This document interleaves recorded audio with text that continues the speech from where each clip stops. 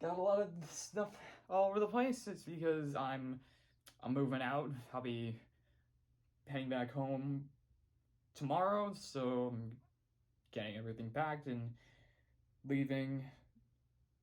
So so this will be my last vlog in here. I mean, I might get the same room next semester. Don't have I really don't have a clue. So say goodbye to this area. I don't know. So okay.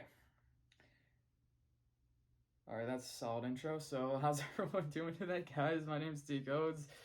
This is Star Wars: The Bad Batch, Episode 2, Cut and Run. I like the wordplay with that because for those who have seen Clone Wars all the way through and remember the episode where Rex is staying with a deserting clone who deserted, that's his name is Cut, and he comes back in this episode because um they knew a guy that could possibly help them with the situation they're in, and so they go to the planet that he's on, and thus that's kind of how Cut and Run.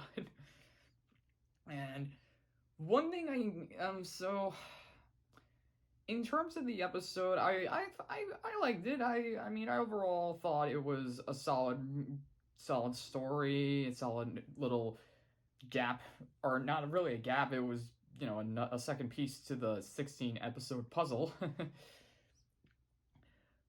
In terms of, I don't know. I mean, it's a good point A to point B story because really what they do is they visit Cut to figure out what to do in deserting because they're now deserters. And I actually like this line. Hunter asks, "Can we even trust a deserter?" And then Tech's like, "Well, technically we're deserters now, so it's like it's got a good point on that." And yeah, so yeah, the episode basically starts up right where we left off for the most part. They're in the ship and they're going to the planet that Cut is on, and I figured this was gonna happen when they landed, and Omega, she when she the first thing is this is a planet that actually has a sun. So like whereas Kamino was a planet that was constantly rain and clouds, so for her she to see the sun for the first time really mesmerizes her. To actually see dirt, like the way she just looks at the ground and just picks it up and actually asks them what it was, and she's just a kid having fun for part of this episode. And I say part of this episode because we'll get to that part. And yeah, so after that little bit, they go and find Cut. They tell him the situation they're in, and then Cut's like, "Oh yeah, by the way, Rex came by yesterday." I'm like, "Wow, nice way to throw that in." I mean, granted, this is I don't even how many days after Order 66, so I'm not entirely surprised that Rex would go to visit Cut as well, because he is technically a deserter of the Empire as well, and obviously Ahsoka might be with him. I mean, he only mentioned Rex, so who knows? And one thing I do like about about the Bad Batch and Cut and his family is they actually do know each other. So Cut's kids are so happy to see Uncle Wrecker. That's what they call him. And they're also the kid. I like how Cut's kids are caught off guard by Omega as well because they said they've never seen a kid around the parts. So I'm like, that's interesting. And so I also like how they teach Omega how to play catch with the ball, and I just love her question. It's like, wait, what do you do with this? You catch it. What's the point of this? To have fun. Hmm. And yeah, it's pretty cute. It's pretty cute. It's pretty fun. And of course, Cut is questioning things. He's like, "Wait a minute, why do you have a kid with you?" And then Hunter explains that she is like them, a defective. But then they do bring up a good question in terms of her. purpose, because they bring up the fact that Kamino, then every clone was made for a purpose. Because you think about it, all the clones in the clone army, then you got the Bad Batch, which had their desired mutations. So why was Omega made? And they don't really answer that question, but I have a feeling we're gonna get an answer later on in the series, not in this episode. They really don't. In terms of Omega in this episode, they focus more on what are they gonna do with her, because now that they have, they got her off the planet, they got her off Kamino, and now they're on the run. Hunter thinks that she's probably safer with Cut and his family, because he knows how to raise a family, and Cut even makes a joke of how like fighting in the Clone Wars is easier than raising a kid. And I'm like, okay, yeah, that's an interesting comparison, but it's most likely true, because Cut points out how she's a kid, so you have to treat her like a kid. You can't treat her like a soldier, because there's a moment where the ball goes beyond the fence, and so Omega goes to get in, but the kids told her that she couldn't go beyond the fence. This part was weird. So they say don't go beyond the fence. She doesn't ask why. And the kids don't give her an explanation either. They just say, don't go beyond the fence. But for Omega, she, wants to get the ball back, so she goes beyond the fence and gets the ball back. And she has an encounter with the multi-eyed leper rat thing from Attack of the Clones, that creature that attacked Padme in the Coliseum scene. Yeah, so she has an encounter with that thing, and luckily she is saved by Hunter and Cut's wife, and that's where Cut points out that Hunter can't treat her like a soldier, has to treat her like a kid, because Hunter questions her. She's like, "What were you doing out there? What were you thinking?" And she's just like, "I just wanted to get the ball." Now, I mean, I get it. She's a kid, and when we're kids, we do a lot of stupid things. But me, I feel I don't know. I mean, I can tell. I don't know. I mean, I like her as a character. I like her trying to understand a lot of things, and wanting to be with the group and not feel like an outcast in some situations. But there are a few moments where I'm like, wait, what? So there's a few moments in this episode where I'm like, okay, you could have made things worse if you so I'm worried that I can imagine they're not going to try and make her a liability, because the whole point of this was to save her, and I imagine by the end of this season, she's going to show that she is more capable than she is now. I'm not saying she's a bad character. I'm just saying the things that she did in this episode were understandable, but at the same time didn't get the crew in trouble. So after the incident with the creature, Cut tells the group that with the Empire basically taking over the planet, he and his family are going to take a shuttle out of there, so that way they can get away. And so he suggests that the Bad Batch go with him, and so they figured, all right. But then it gets a little harder when the Empire requires everyone to have their own codes, because basically identification code. And so I also love the irony in it, because Echo points out how all they wanted were names. Instead, when they had their numbers, all they wanted were names, and now they have names, but now they're required to get numbers. It's like the irony in that. And Tanka points out how it makes sense why the Empire would do that, because then they're able to have everyone in a database and easily pick them out. So yeah, but of course, when you have a deserting clone like Cut, you can't have that, because as they mentioned in this episode, if he gets a code, they'll automatically know who he is. They'll know he's a deserter, so they have to work their way around it, and that requires some forged codes, fake ID. Fake ID. We're going the fake IDs route, and I also love the when I think it was Echo who asked him. He's like, Tech, you think you can make? Or no, Hunter asked Tech if he could forge some codes for them, and he's like, considering I just learned about them now, yes. It's like I love some of the dialogue for Tech, because he I like how, okay, so back earlier in this episode, they mentioned how obviously Cut asked about Crosshair, and they say they don't know what.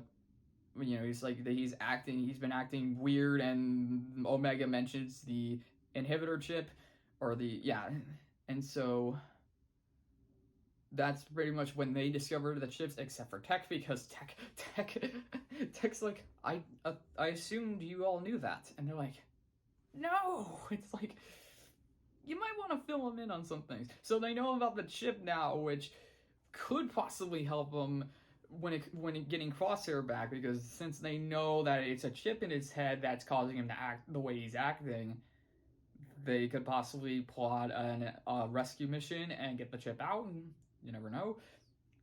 But for now, they gotta get off the planet and not get caught by the Empire, except this is so ridiculous and ingenious. So after the incident with Omega and the Beast, and then Creature, she goes back to the ship and she's just hanging out, and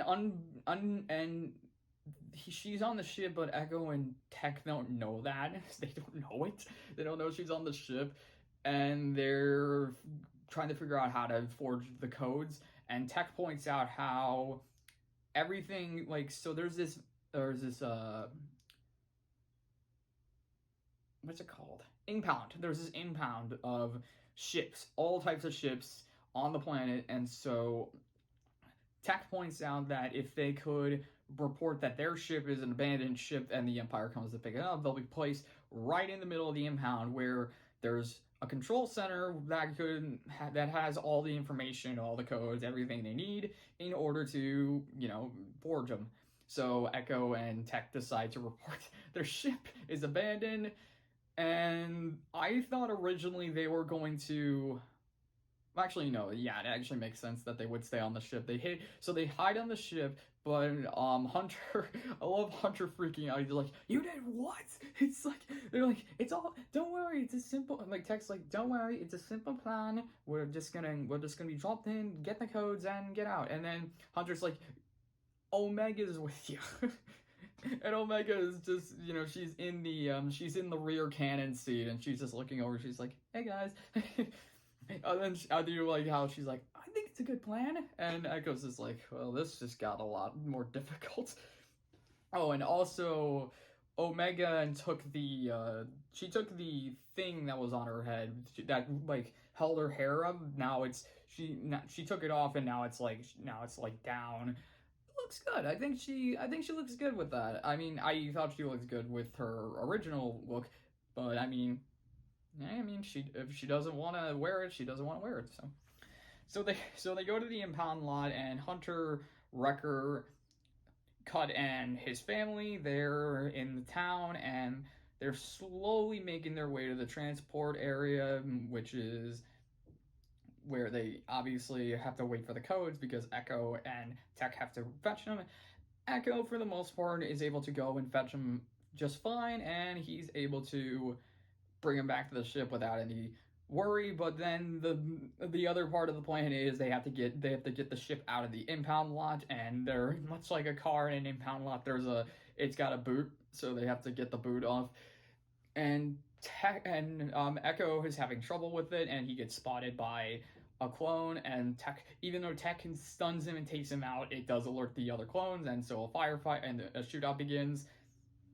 So all of a sudden, Hunter Hunter, Wrecker, and Cut have to watch as they can't really do anything. So, but then Omega decides that she is going to actually, she actually takes the car and the codes and the cards that Tech made, ran out of the ship and snuck her way past the clone troopers, and she almost got it. She almost got out of there, but she accidentally ran into a droid, an R2 unit, I think, or one of the R units, and it goes ballistic, and Omega's just freaking out because she's like, "Quiet, no, no, be quiet, be quiet." And then luckily Wrecker, Echo and Tech spotted her and told Hunter and Wrecker that she was doing that, so Wrecker went. I love Wrecker in this episode because he, to start, like I said before, he was like an Uncle Wrecker. He really cares about Cut's kids. But in this situation, the second they say Omega is taking the codes and going to you, Hunter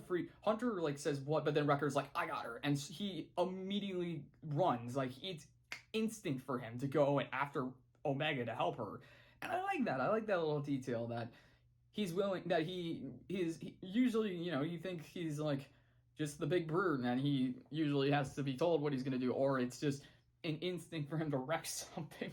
But I like in this case, it's him on instinct to go save Omega, and he does. After Omega runs into the R2D2 wannabe, or I guess maybe Goldie from the Clone Wars Season 1. And remember that piece of crap of a droid?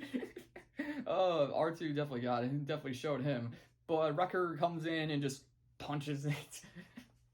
And so he then goes to help Echo and Tech while Omega goes to give the codes to Hunter and Cut and his family. And then she notices that there are actually 5 instead of 4 because it's him, his wife, and his 2 kids.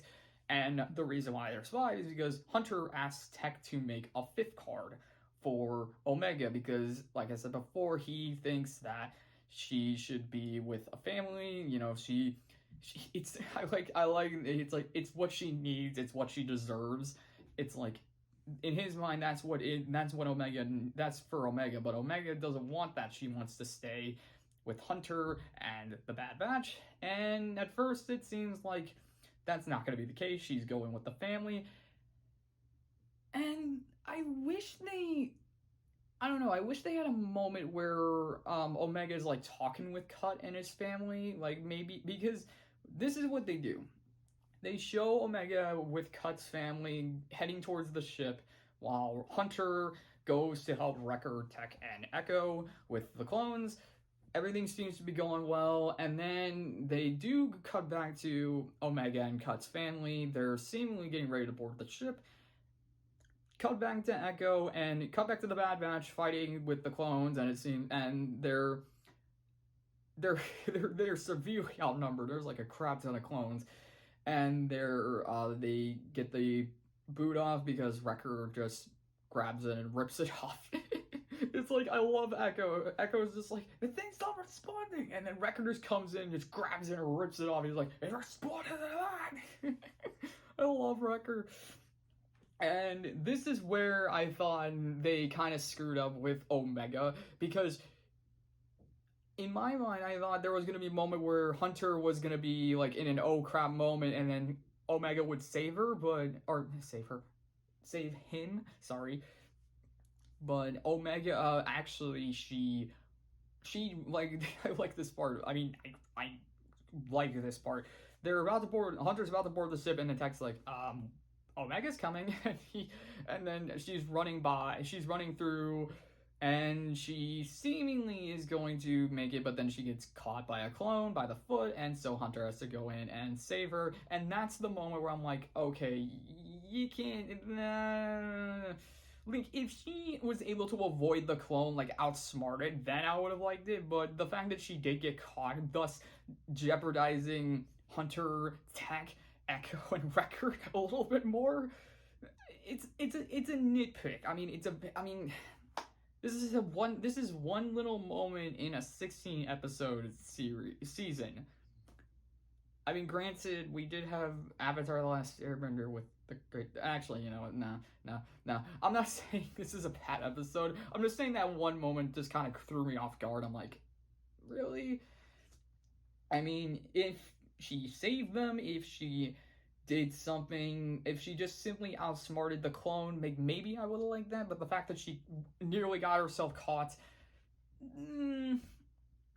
although I did, yeah. So, yeah. So they escape. They fly away with like I want to say like 24 clones just firing at them. Like you just see endless blue blast, laser blast firing at the ship, and I'm like, that thing is crazy. And yeah, so the Bad Batch escape. They go into hyperspace. Cut and his family safely get on the transport, and they go wherever they're gonna go, and everything seems to be okay. And of course, Hunter, Omega and Hunter do talk, and she says this is where she wants to be. She wants to be with them, and so Hunter's like, if this is where you want to be, this is where you want to be. And basically, he's accepting the fact that she's with them all the way now. It kind of, I'll admit, I was kind of thinking of Grogu in this moment with Mandalorian. Like, you know how Grogu, there were moments in Mandalorian where Grogu would wander off or follow Mando. And, you know, the season 2 finale with that. You know, he's basically like that one. I mean, in terms of Mando, man. So like it makes sense. I think it makes sense here with Omega and the crew because again, she is technically a member of the Bad Batch. She is a clone. They're all on the same boat now. So it would make sense, and you know, her wanting to stick with people that are really close to her, both in terms of physically and yeah, I mean, technically they're all on the same. They're basically all a family. You know, they're all the Bad Batch. They're all brothers, and Omega can be seen as like the little sister or actually yeah, pretty much the little sister. So or even just like a daughter. I don't know. Actually, daughter. I don't know. But I mean, again, this is episode 2 of 16, so whatever they got in store for Omega, I'm excited to see where they go with her. Because again, I feel like with that moment where she nearly got caught by the clone, I'm hoping that's like the last time she gets herself into a situation where she's forced to get rescued. I'm hoping she at least, if she does get caught in some situations, I hope it's not because or it's by herself. Like I hope it's like she's with like one of the Bad Batch and they like get caught together, like something like that. But if she gets herself caught, and I don't know. Again, we gotta give her a chance. I mean, look what happened with Ahsoka. This could possibly happen with Omega. So, all right. Anything else? No, that's about it. So, yeah. Like I said before, this is the last vlog I'm gonna have in this room, so we're gonna see what I got in the next one. And as well, like I said before with the episode, I thought it was a fun episode. There were definitely some fun moments. There were some sympathetic moments. There were some funny moments too. I definitely got a few laughs out of this. But yeah, so all right. That's all I got. So hope you guys enjoyed this video. If you liked it, leave a like. If you want to leave a comment, leave a comment. And if you want to subscribe. You don't have to. I'm just saying. Thank you all for watching, and we will see you in the next one.